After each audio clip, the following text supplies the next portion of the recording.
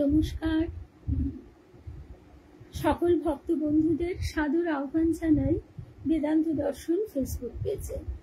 বেদান্ত দর্শন ফেসবুক পেজে আজকে আমরা 20তম দিনে ভাগবত কথা শুনছি। দামোদর মাস, দামোদর ব্রত উপলক্ষে আমাদের বেদান্ত দর্শন ফেসবুক পেজের যে বিশেষ নিবেদন ভাগবত কথা, আজকে তার 20তম দিন। আজকে আমরা রাসলীলা প্রসঙ্গ শুনছি। আজকে এমনিতেও রাস পূর্ণিমার নিশি যাপন, এই যে যুগান্তরে এক বিশেষ ঘটনার যে এক অদ্ভুত অপূর্ব বাতাবরণ সৃষ্টি হয়েছিল, সেইটি যোগমায়ার দ্বারাই।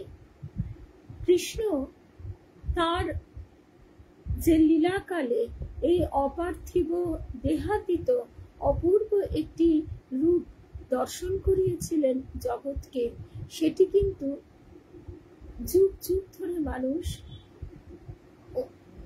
স্মরণ মনন করছে। সাধারণ জীবের পক্ষে এই বিশেষ ভাবটি অবশ্যই সহজ নয়, এক প্রকার অসম্ভবই বলা চলে। কিন্তু তবু আমরা শুনছি শাস্ত্রজ্ঞদের কাছে, স্বয়ং ব্যাসদেব ভাগবতকারও বলেছেন, যিনি এই লীলা শ্রদ্ধা ভক্তি দিয়ে চিত্ত সংযত করে শ্রবণ করেন বা পাঠ করেন, তাদের বিশেষ মোহ মায়া থেকে মুক্তি লাভের পথ হয়ে যায়, খুব সহজে হয়ে যায়। কিভাবে হয়ে যায় তা হয়তো আমরা বুঝতেও পারি না, কিন্তু হয়ে যায়।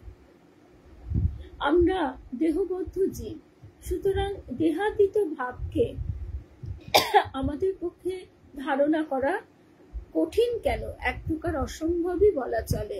তাই নিজেকে কতখানি সূক্ষ্ম করলে তবে আমরা এর রস আস্বাদন করতে পারি।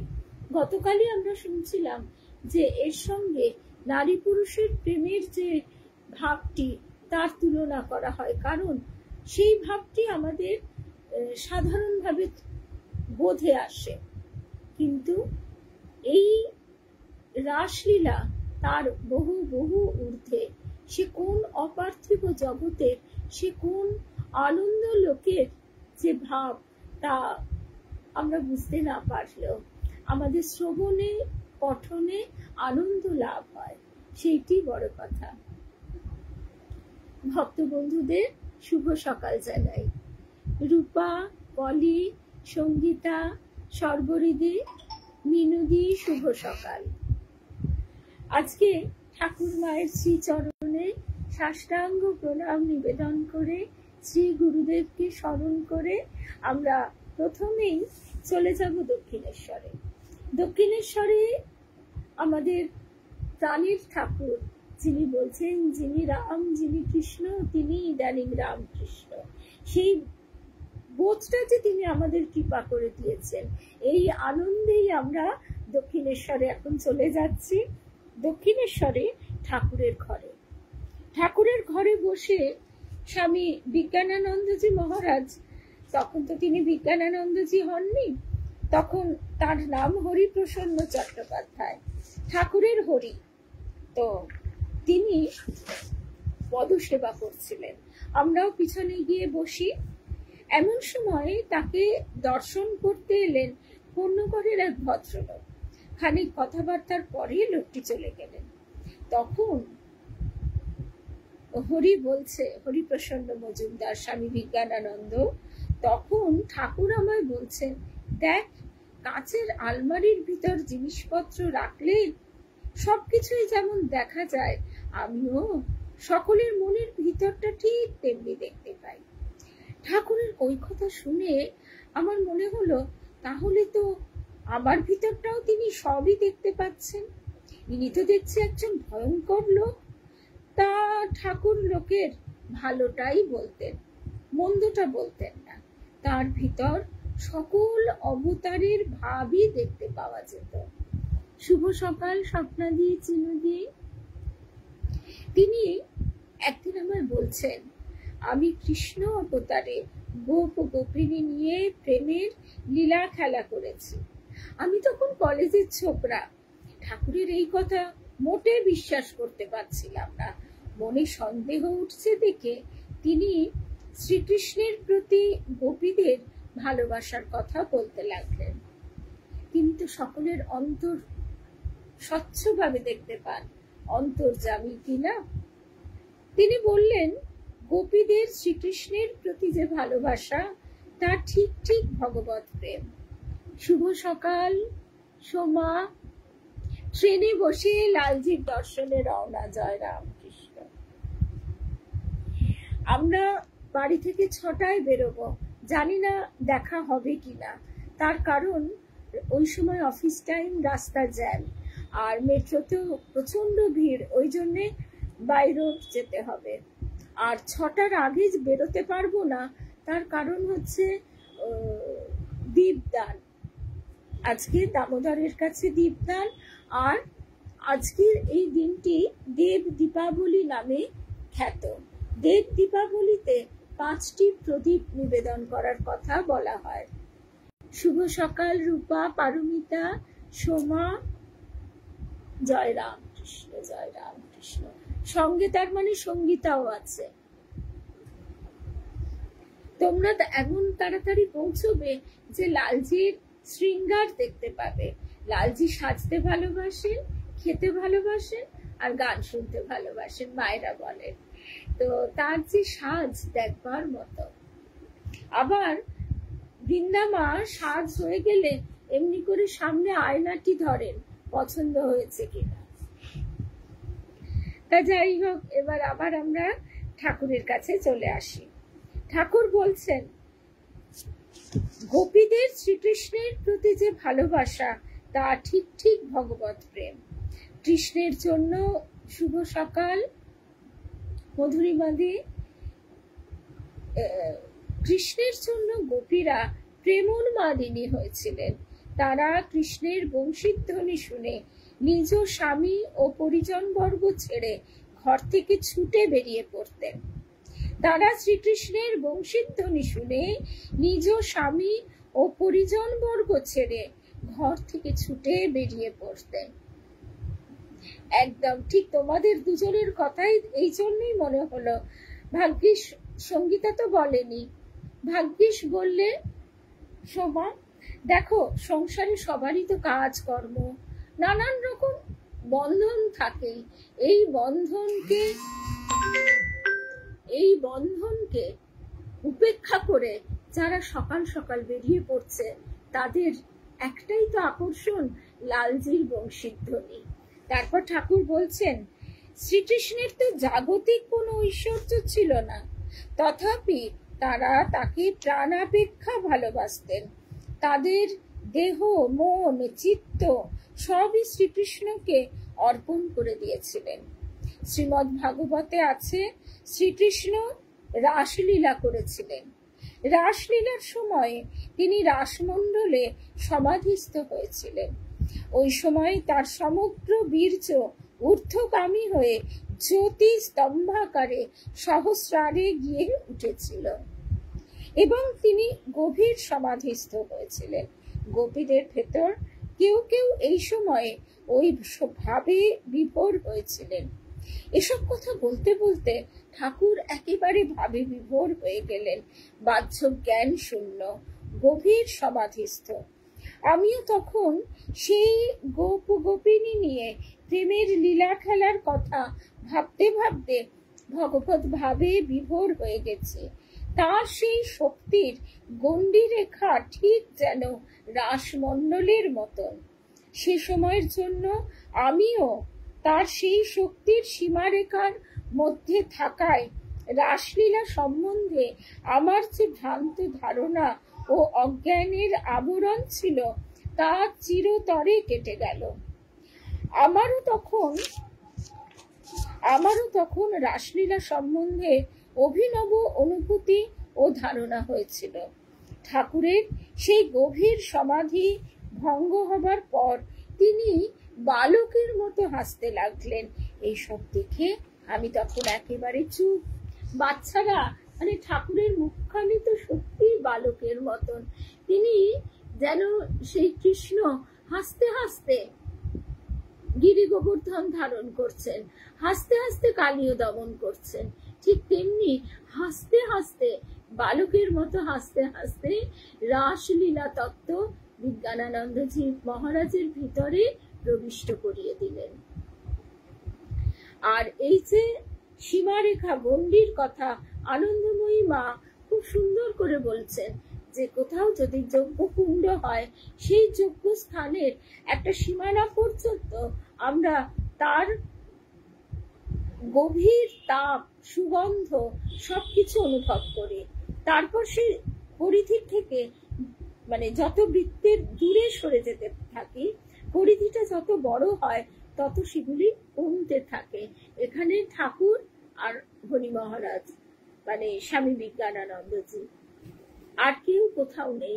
দক্ষিণেশ্বরের ওই ছোট্ট ঘরখানি, পাশে পূর্ণ প্রবাহিনী গঙ্গা, স্বয়ং পূর্ণ ব্রহ্ম নারায়ণ সেখানে বসে আছেন। কিছু দূরে বসে আছেন মহামায়া আদ্যা শক্তি জননী শ্রী শারদা। তো এই হেন পরিবেশ তো পার্থিব নয়ই, এই হেন পরিবেশ তো কখনোই পার্থিব নয়। তো সুতরাং সেই রাসলীলা কেন অনুভব হবে না?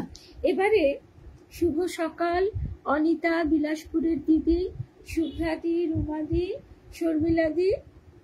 এবারে আমরা রাসলীলার প্রসঙ্গে চলে আসি।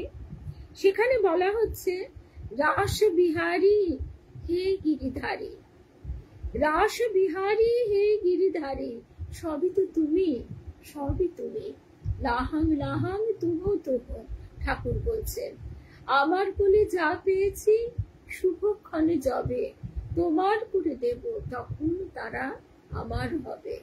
তোমার করে যতক্ষণ না দিতে পারে তাকে তো আমরা ভোগও করতে পারি না, তার আনন্দ উপলব্ধি করতে পারি না। তারা আমার হবে মানে তখন জীবন মুক্ত অবস্থায় আমরা পৌঁছে যাব, যখন সম্পূর্ণ রূপে নিজেকে দিয়ে দিতে পারবো। তৈত্তিরীয় উপনিষদের ব্রহ্মানন্দ বল্লীর সপ্তম অনুবাকে আমরা পাই রসো বৈসা রসং হেব্বায়ং লবদ্ধানন্দী ভবতি। পরম পুরুষ বা ব্রহ্ম তাতে এই রস আছে এটা নয়, তিনি নিজেই রস স্বরূপ, আর তাই দিয়ে তিনি এষা হি এবা আনন্দায়তি, জীবকে আনন্দ দান করে চলেছেন। শ্রীমদ্ ভগবত গীতাতে শ্রীকৃষ্ণ বলছেন রসঃ অহং অপ্সু কৌন্তেয়, এই রস থেকে রাস শব্দের জন্ম, এই রস থেকে রাস শব্দের জন্ম। রবি ঠাকুরের একটা গানের কথা মনে পড়ে গেল, তোমার আলো ভালোবেসে পড়েছে মোর গায়ে এসে। আসলে তার আলোয় আমরা সবাই আলোকিত হই। তুমি আপনি থাকো আলোর পিছনে, এত আলো জ্বালিয়েছ এই লগনে, এই গগনে, কি উৎসবেরও লগনে। এত আলো জ্বালিয়েছ এই গগনে, কি উৎসবেরও লগনে। তো এই যে আজকে আনন্দ উৎসব, রাস উৎসব, এই রস, এই আনন্দ আমাদের সকলের মধ্যে প্রবাহিত হচ্ছে, আমরা বুঝি বা না বুঝি, জীবকে আনন্দ দান করে চলেছে। এই রস থেকেই রাস শব্দে, শুভ সকাল মিনাদে, রাস শব্দের জন্ম। যার আনন্দে এখন মেতে আছে সবাই। দূরে থেকে বলছেন কৃষ্ণ, দূরে থেকে বলছেন বলয়া নুপুর মণি বাজয়ে কিঙ্কিনী, রাস রসে রতি রানী কি মধুর শুনি। বলয়া নুপুর মণি বাজয়ে কিঙ্কিনী, রাস রসে রতি রানী কি মধুর শুনি। বৈষ্ণবদের শান্ত দাস্য সখ্য বাৎসল্য ভাবকে অতিক্রম করে সর্বোচ্চ যে ভাব, তারই নাম মধুর ভাব বা কান্তা ভাব। আর কান্তা ভাবে আরাধ্যের পরম প্রাপ্তির নামই মহারাস। বৈষ্ণব পণ্ডিত শ্রীধর স্বামী রাসের সংজ্ঞা দিতে গিয়ে বলছেন, রাস নাম বহু নর্তকী যুক্তে নৃত্য বিশেষ, অর্থাৎ নর নারী যেখানে মিলেমিশে ভগবত প্রেমে বিভোর হয়ে সানন্দে নৃত্য গীত করে। এখানে আমরা নৃত্য গীতের মধ্যে দিয়ে তার সেবা করছি। শুধু পুরুষের নাচকে বলে তাণ্ডব, আর শুধু নারীদের নাচকে বলে লাস্য, আর নর ও নারীর মিলিত নৃত্যকে বলা হয় হল্লিসা, আর এর সাথে গান বাজনা সব কিছু নিয়ে সুসম্পূর্ণ হলে তাকে বলা হয় রাস। পদ্মপুরাণে এই শারদীয়া রাস এবং বাসন্তী রাসের উল্লেখ পাওয়া যায়, যদিও বিষ্ণু পুরাণে রাস একটাই এবং এই শারদ রাস। ব্যাসদেব তার ভাগবত পুরাণে 5টি অধ্যায়ে বর্ণনা করেছেন। বৈষ্ণব কবি চণ্ডীদাসও একইভাবে তার ব্রজবুলি পদে এই রাস উৎসবের কথা লিখেছেন।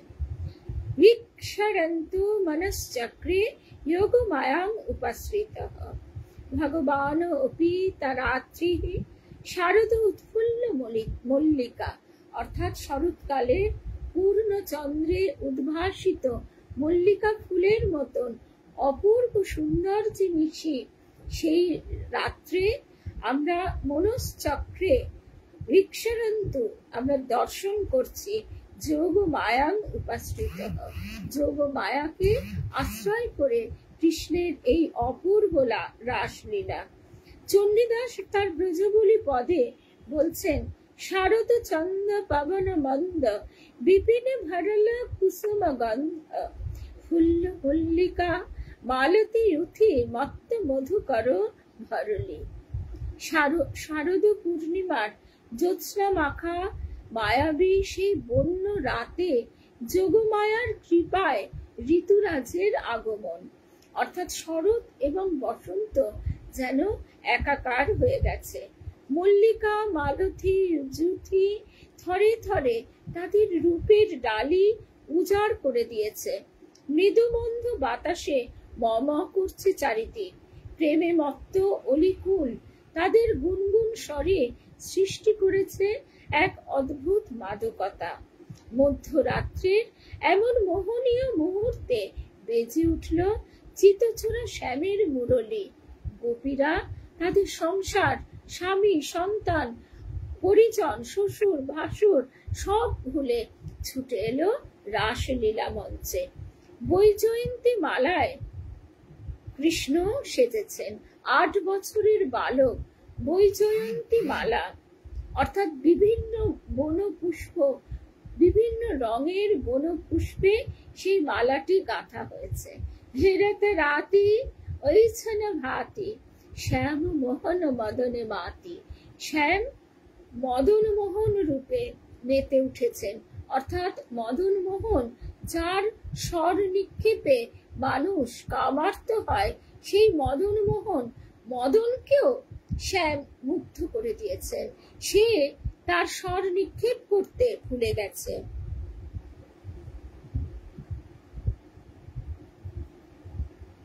তারপর নারদীয় তার আগে আরেকটি কথা, শ্রীকৃষ্ণের অষ্টসখীর কথা আমরা জানি। শ্রীমতী রাধিকা প্রধানা, অর্থাৎ তিনি ভক্ত শ্রেষ্ঠা আরাধিকা। ললিতা, বিশাখা, চিত্রা, ইন্দুলেখা ইত্যাদি অষ্টসখী। আর ব্রজের সাধারণ নারী এরা কিন্তু সবাই অত্যন্ত উচ্চ আধারের, এরা সবাই গোপী। বলা হয় শ্রীকৃষ্ণের 16,000 এইসব সেবক সেবিকারা প্রত্যেকেই তাদের পূর্বাশ্রমে ছিলেন দণ্ডকারণ্যের এক একজন ঋষি। তার মধ্যে এই যে অষ্টসখী, এরা সত্য যুগে ঈশ্বর লাভ করেছিলেন যোগ পথে, জ্ঞান পথে, তপস্যার দ্বারা। কিন্তু তারা ভগবানের যে আনন্দময়, রসময়, মাধুর্য মণ্ডিত ভাবটি আস্বাদন করতে পারেনি। তারা শুষ্ক জ্ঞান পথে ঈশ্বর লাভ করেছিলেন। সেই জন্য স্বয়ং ভগবান যখন কৃষ্ণ রূপে অবতীর্ণ হলেন নরলীলায়, তখন তাদেরও সঙ্গে করে নিয়ে এলেন এই অষ্টসখী। ভাগবতের আমরা দেখি বলা হচ্ছে, যখন করেন হরি বস্ত্র হরণ, গোপীদের কাছে তিনি করিলেন পণ, আগামী পূর্ণিমা কালে তাহাদের শনি করিবেন রাসলীলা পুণ্য বৃন্দাবনে। এখন বস্ত্রহরণ তিনি করেছিলেন। বস্ত্রহরণের অত্যন্ত কদর্য ব্যাখ্যা সাধারণ জীব মনে করে, কিন্তু বস্ত্রহরণের যে গভীর তত্ত্ব, বস্ত্রহরণ করে তিনি গোপীদের ভিতরে যে লজ্জাবোধটুকু অবশিষ্ট ছিল দেহবোধের, শেষটুকুও মুছে দিলেন। আগেও আমরা শুনেছি ঠাকুর তখন 40 বয়স, তিনি রামদত্তের বাড়িতে উবু হয়ে বসে ধুতিটা সমস্ত গুটিয়ে জড়ো করে পাশে রাখা, আর একটা পিঁড়ির ওপর উবু হয়ে বসে তিনি কি খাচ্ছেন, এই বর্ণনা দিচ্ছেন মহেন্দ্রনাথ দত্ত, নরেন্দ্রনাথ দত্তের ভাই। তিনি বলছেন আশ্চর্যের বিষয়, সেখানে কারোর কোনো এতটুকু সংকোচ বোধ, এতটুকু মনের কোনো চিত্ত বিক্ষেপ হচ্ছে না। সবাই অপলকে এক অপূর্ব ভাবকে আশ্রয় করে অবাক দৃষ্টিতে তাকিয়ে আছে ঠাকুর শ্রী রামকৃষ্ণের দিকে। সেখানে শুধু যে পুরুষ, শুধু যে নারী তা নয়, নারী পুরুষ বয়স নির্বিশেষে সবাই সেখানে অপলকে তাকিয়ে আছে, কিন্তু তাদের মধ্যে কারো ওই দেহগত ভাব বিন্দু মাত্র উপলব্ধি হচ্ছে না। ঠিক সেই রকম ব্রজগোপীদেরও ওই লজ্জাটুকু তিনি হরণ করে তবে তিনি এই রাস মঞ্চে নিয়ে এলেন। লজ্জা ঘৃণা ভয় তিন থাকতে নয়। ঠাকুর বলছেন, ঠাকুর বিভিন্ন জনের কাছে বিভিন্ন কথা বলেছেন তাদের আধার অনুযায়ী। তা মা কিন্তু আবার বিপরীত কথা বলছেন, লজ্জা ঘৃণা ভয় থাকতে হয় হয় হয়, 3 বার বলছেন। কারণ যে নির্লজ্জ তার তো কোনো সংযম বলে কিছু থাকবে না। ঘৃণা না থাকলে তার সূচি ব্যাপারটা থাকবে না। এরেটো ওরেটো নোংরামি নানাভাবে সংসারে করতে থাকবে। আর ভয় যদি মানুষের না থাকে, সে নিজেকে গঠন করবারও দিকে মনোযোগী হবে না, সে উশৃঙ্খলতার পথে চলে যাবে। এইটি হচ্ছে মা আমাদের প্র্যাকটিক্যাল বেদান্ত শিক্ষা দিচ্ছেন। অর্থাৎ আমাদের মতন নির্বোধ জীব আমরা, আমাদের অজ্ঞানতা নির্বোধ ভাবটি এতটুকু তো যায়নি। সেই জন্য মা আমাদের যেন হাতে করে তুলো তুলো করে মানুষ করছেন। এই কথা বলে আমাদের সংসার ক্ষেত্রেও দেখি মায়েরা বাবারা যেন প্রথমে ঠিক ট্যাকল করতে পারে না। প্রথমে মায়েদের কাছে একটু বড় হতে হয়, তারপর বাবা কোলে করে, বাবা নেয়, বাবা শেখায়। এও যেন ঠিক তেমনি। তারপরে লজ্জা ঘৃণা ভয় 3 থাকতে নয়, সেইখানে উত্তীর্ণ হবার বিরাট পথ চলা। বিজয় কৃষ্ণ গোস্বামী ত্রৈলঙ্গ স্বামীকে বলছেন, ছি ছি ছি, আপনাকে আমি আর গুরু বলে মানে কল্পনাতেই আনতে পারছি না, ছি ছি ছি ছি করে একেবারে ঘৃণায় শিউরে উঠছেন। কি না, তিনি প্রস্রাব করছেন শিবলিঙ্গের উপর। এবং বিজয় কৃষ্ণ গোস্বামীজির এই মানে রিপারকেশন হচ্ছে তো এরকম। এই ভাব দেখে তিনি খলখল করে শিশুর মতো হেসে বলছেন, তোমার এটা দেখা দরকার ছিল, তবে তো তুমি সেইখানে পৌঁছবে যেখানে সব বস্তুই এক, সবই ব্রহ্ম। মা ঠাকুর বলছেন, মা এই লও তোমার সূচি, এই লও তোমার অসুচি, এই লও তোমার পাপ, এই লও তোমার পুণ্য। সে অনেক পথ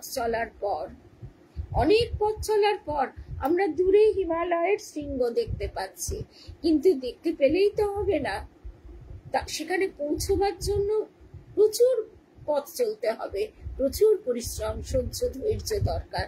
এও ঠিক তাই।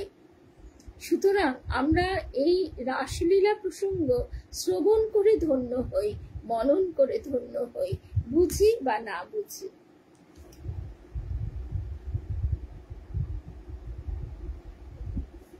নারদীয় ভক্তি সূত্রে বলা হয়েছে, বস্ত্রহরণ লীলার পরে শ্রীকৃষ্ণ গোপীদের কথা দিয়েছিলেন মহারাসের মধ্যে দিয়ে জীবাত্মা ও পরমাত্মার মিলন ঘটিয়ে তিনি তার প্রতিশ্রুতি রক্ষা করবেন, এবং তাই করলেন।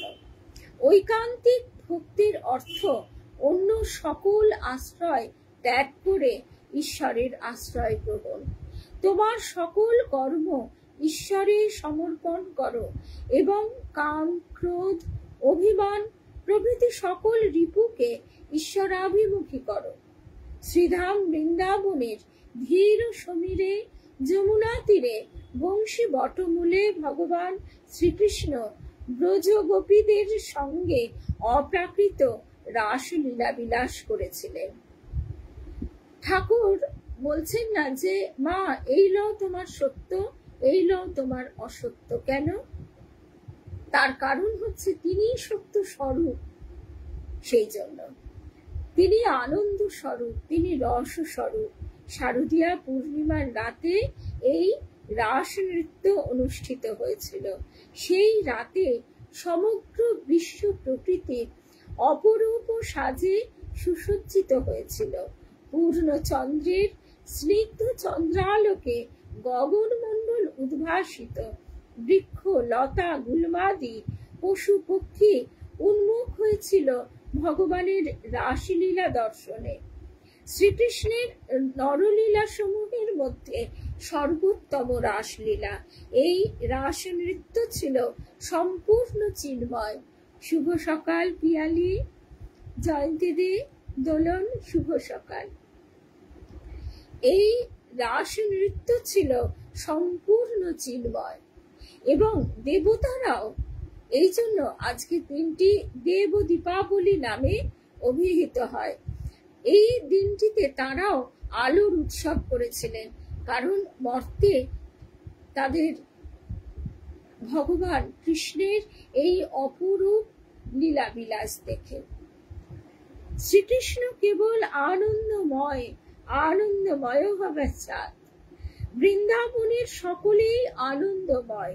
পশু পক্ষী, বৃক্ষলতা, জল স্থল, গাভী, গোবৎস, গোপ বালক, গোপ বালিকারা সকলেই কৃষ্ণ প্রেমে আনন্দময়। শরতের শেষে বিশ্ব প্রকৃতি আনন্দমগ্না। যমুনা পুলিন শারদ জ্যোৎস্না দ্বারা বিধৌত।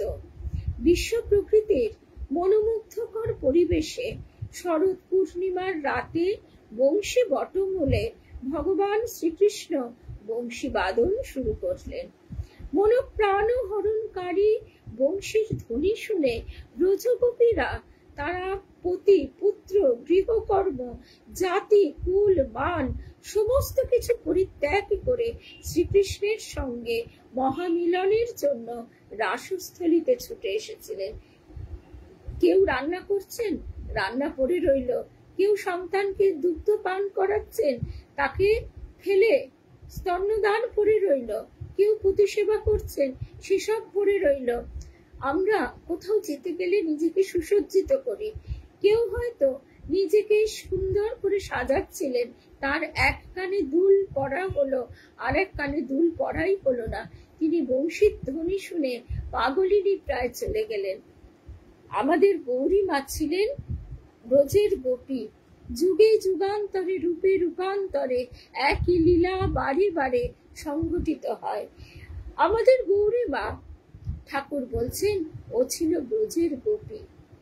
গৌরী মায়ের যে ভাব সাধনা, যে প্রেম দামোদরের দর্শনে, আজকে আমরা যেন সত্যি সত্যি তার কণা মাত্র অনুভব করতে পারি। গৌরী মা একদিন বলরাম বাবুর বাড়িতে খেতে বসেছেন। খেতে খেতে তার হঠাৎ এমন ভাবে ঠাকুরের কথা মনে পড়লো, তিনি সব ভুলে গেলেন। বলরামবাবুর বাড়ি থেকে দক্ষিণেশ্বরের পথ তিনি পাগলিনী প্রায়, মানে হাঁটা এবং ছোটা মিলিয়ে ওইভাবে তিনি চলে গেলেন, পৌঁছে গেলেন। এই রকম কথা আমি গুরুদেবের কাছে শুনতাম। গুরুদেব বলতেন, বুঝলি সেদিন হঠাৎ ডাক এলো, মা ডাকছেন, সেই মায়ের আহ্বান শুনে আর থাকতে পারলুম না। এত অধম আমি ভাবতাম গুরুদেব কি সবটা ঠিক ঠিক বলেন নাকি আবেগের বসে বাড়িয়ে বলেন। আন্দুল থেকে তারাপীঠ তিনি ভোর রাত্রে পৌঁছে যেতেন হেঁটে। বলছেন তখন আমার কোনো হুঁশ নেই, আমি দৌড়তে ছুটতে ছুটতে চলেছি, ভোর রাত্রে পৌঁছে মায়ের দরজা খুলে মাকে আরতি করছি। গুরুদেবকে, আমাদের গুরুদেবকে তারাপীঠে তখন সবাই বলতো মায়ের ছোট ছেলে। বাবা খেপা বড় ছেলে আর আমাদের গুরুদেব মায়ের ছোট ছেলে, কারণ ছোট ছেলেরা আবার বেশি আদুরের হয়, বেশি আদুরে তিনি, সেই জন্য। তা এইরকম সব কথা ওই শুনেছি, বুঝি বা না বুঝি, সেই শোনাটুকু আজও সংস্কার রূপে বসে গেছে। তা গৌরী মাও অমনি করে পাগলিনী প্রায় ছুটতে ছুটতে দক্ষিণেশ্বরে এসে ঠাকুরকে প্রণাম করলেন। ঠাকুর দাঁড়িয়েছিলেন, ঠাকুর অপেক্ষা করেছিলেন, তিনি জানতেন গৌরীমা আসছেন। প্রণাম করার পর তিনি লজ্জায় জিভ কাটলেন, এটো মুখে এটো হাতে এটো। তখন তিনি তাড়াতাড়ি লজ্জিত হয়ে গঙ্গায় গিয়ে স্নান করলেন। তা এই যে গোপীদের কথা আমার তো অন্তত ছোটবেলায় পড়ে পড়ে মনে হতো এগুলি হয়তো কবি কল্পনা, আবেগ ব্যাকুলতা বোঝাবার জন্য কবি এইভাবে উপস্থাপিত করছেন, কিন্তু না, যথার্থ যারা সাধক তারাই এইটি উপলব্ধি করতে পারেন। শরৎ মহারাজ, স্বামী শারদানন্দজি মহারাজ তাই লীলা প্রসঙ্গের সূচনাতেই বলছেন যে তার অবতারের লীলা প্রসঙ্গ পাঠ করতে গেলেও মানে তাকে নিজের ভিতরে এতটুকু আনতে গেলেও সাধারণভাবে হয় না, তার জন্য সাধনার প্রয়োজন, তার কৃপার প্রয়োজন, তবেই অবতার লীলা কেউ কিঞ্চিত মাত্র উপলব্ধি করতে পারে। শ্রীকৃষ্ণ উপযুক্ত স্থান কাল পাত্র বিবেচনা করে মল্লিকা, জুঁই ও অন্যান্য অত্যন্ত সুগন্ধি পুষ্প দ্বারা নিজেকে সুসজ্জিত করেছিলেন। অপ্রাকৃত রাস নৃত্য শুরু হলো। রাসমণ্ডলীতে 2 গোপী, তার মধ্যে কৃষ্ণ। যত গোপী তত কৃষ্ণ। রাস রসের নায়ক শ্রীকৃষ্ণ। নাচত ঘন নন্দ লাল রসবতী করি সঙ্গে। এই রাস নৃত্যে বিশ্বভুবন নাচে। নৃত্যের বসে সুন্দর হলো বিচ্ছুতি পরমাণু। পদযুগ ঘিরে জ্যোতি মঞ্জিরে বাজিল চন্দ্র ভালো। তব নৃত্যেরও প্রাণ বেদনায় বিবশ বিশ্ব জাগে চেতনায়। নটরাজের নৃত্য প্রসঙ্গে বলা হলেও এই যিনি শিব তিনি কৃষ্ণ, কৃষ্ণই শিব রূপে তাণ্ডব নৃত্য করছেন। আবার এই রাস নৃত্যে বিশ্বভুবন নাচে, ফুলের উপর নাচে ভ্রমর ভ্রমরী, মেঘের তালে নাচে ময়ূর ময়ূরী, কদম্ব শাখায় নাচে সুকোষারী, বৃক্ষ লতা পশু পক্ষী জল স্থল আকাশ বাতাস অনু পরমাণু আনন্দে নৃত্য করে গোপী গোবিন্দের প্রেমের উদ্বেলতায়। এই চির আনন্দ খেলার বিরাম নেই, চলেছে নিরন্তর নিরবচ্ছিন্ন। স্বামী বিবেকানন্দ বলছেন এইটি অলৌকিক। আমরা আমাদের বোধের বাইরে, জানার বাইরে কিছু হলেই বলি অলৌকিক, আসলে তো তা নয়। এই যে এক অনন্ত নিরবচ্ছিন্ন ধারা এবং তার ভিতরে প্রতিটি অনুপরমাণুতে নৃত্যের ছন্দ, কৃষ্ণের নাচের সঙ্গে সঙ্গে এই বিশ্বভুবন সৃষ্টি হচ্ছে। শিব তো কৃষ্ণেরই অন্তর্গত। শ্রীকৃষ্ণ কে? সকল জীবের, বিশ্ব জীবের অন্তরে যিনি অধ্যক্ষ বা বুদ্ধি প্রভৃতির সাক্ষী, সেই পরমাত্মা আজ ক্রীড়ার তরে লীলা বিগ্রহকারী। খেলিছ এ বিশ্ব লয়ে বিরাট শিশু আলো মনে।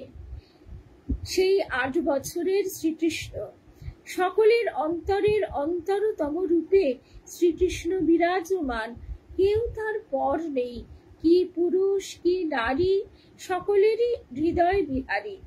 তার এই লীলা আত্মার সঙ্গে আত্মার বিহার, নিজের সঙ্গে নিজেরই খেলা।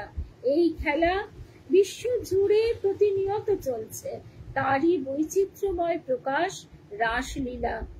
গোপীদের ব্রত সাধন, দীর্ঘদিনের তপস্যা, হৃদয়ে পুঞ্জীভূত অনুরাগের ফলে তাদের অনুগ্রহ করবার জন্যই শ্রীকৃষ্ণ এই রাসলীলা করেন। সমাধি কথাটির অর্থ হচ্ছে কোনো বিষয়ে সবকটি ইন্দ্রিয়কে মগ্ন করা, এবং গোপিকারা দেখিয়ে গেছেন শ্রীকৃষ্ণের লীলা স্মরণে সম্পূর্ণভাবে মগ্ন হওয়াই হচ্ছে সমস্ত ধ্যানের সিদ্ধি বা সমাধি। উদ্ধব যেদিন ব্রজভূমিতে এসেছেন, তিনি অবাক হয়ে দেখছেন যে ব্রজমণ্ডল জুড়ে এক অপূর্ব ধ্বনি গুঞ্জরিত হচ্ছে, কৃষ্ণ কৃষ্ণ কৃষ্ণ কৃষ্ণ। কিন্তু সেই ধ্বনি কোথা থেকে আসছে তিনি প্রথমে বুঝতে পারেন না। তিনি পণ্ডিত প্রবর, জ্ঞানী শ্রেষ্ঠ, তিনিও গোপীদের এই প্রেম দেখে, ব্রজমণ্ডলীর আকাশে বাতাসে প্রেমের অনুরণন দেখে স্তব্ধ হয়ে যাচ্ছেন। সে প্রসঙ্গ আমরা আগামীকাল শুনব। সমাধি কথাটির অর্থ হচ্ছে কোনো বিষয়ে সবকটি ইন্দ্রিয়কে মগ্ন করা। গোপিকারা দেখিয়ে গেছেন যে শ্রীকৃষ্ণের লীলা স্মরণে সম্পূর্ণভাবে মগ্ন হওয়াই হচ্ছে সমস্ত ধ্যানের সিদ্ধি বা সমাধি। ভগবত গীতাতেও বলা হয়েছে, যিনি সর্বক্ষণ শ্রীকৃষ্ণের চিন্তাতেই মগ্ন, তিনি হচ্ছেন সর্বশ্রেষ্ঠ যোগী। জয় শঙ্খ গদাধর নীল কলেবর পীত পটাম্বর দেহি পদম, জয় চন্দন চর্চিত কুণ্ডল মণ্ডিত কৌস্তুভ লাঞ্ছিত দেহি পদম। তার চরণই হচ্ছে একমাত্র সম্পদ, সম্পদ তব শ্রীপদ। শ্রীম মাস্টার মশাই এই রাস পঞ্চাধ্যায়ের গোপী গীতা থেকেই এই শ্লোকটি কথামৃতের মঙ্গলাচরণ রূপে ব্যবহার করেছেন। তব কথামৃতং তপ্ত জীবনং কবি ভিড়িতং কলমসাপহম শ্রবণ মঙ্গলম শ্রীমদাততম ভুবি গৃণন্তি এ ভুরিদা জনাঃ। অর্থাৎ ভগবানকে লাভ করতে হলে গোপীদের মতো নির্জনে গোপনে ব্যাকুল হয়ে কেঁদে কেঁদে চোখের জল দিয়ে অহংকার ধুয়ে ফেলতে হয়। আর তারপরে আরেকটি কথা বলে আজকে আমরা শেষ করব। আমার গুরু দিদি সতীর্থ শ্রীমতী সর্বাণী সেন, তার কাছে আমি আমাদের গুরুদেব দেবী মায়ের অনেক প্রসঙ্গ শুনেছি। সেখানে স্বয়ং ঠাকুরের শ্রীমুখ নিঃসৃত একটি কথা, যেটি গুরুদেব এবং দেবী মা শুনেছেন। আমাদের এটুকুই সৌভাগ্য যে তারা শুনে আমাদের বলেছেন, সেটি লেখা আছে সেই কথাটি। কৃষ্ণ প্রেমের গাছে কেমন ফুটে আছে রাই কমলের ফুল, ঠাকুর বলছেন। কৃষ্ণ প্রেমের গাছে কেমন ফুটে আছে রাই কমলের ফুল, হ্লাদিনী কোন শক্তি যেন দুলছে দোদুল দুল, হ্লাদিনী কোন শক্তি যেন দুলছে দোদুল দুল। নীল যমুনার জল আর কালো তমাল গাছ, ব্রজগোপী ব্রজাঙ্গনার মন ভোলানো নাচ, তাদের ভঙ্গি দেখে সঙ্গী হবার লোভ মিটিয়ে দিল জনম ভরা ক্ষোভ। আমাদের লোভ তো কত জাগতিক বিষয়, সেই লোভ যেন তার চরণ পাবার লোভে মোর ঘোরে। জয় রাম কৃষ্ণ, জয় রাম কৃষ্ণ, জয় রাম কৃষ্ণ, জয় রাম কৃষ্ণ।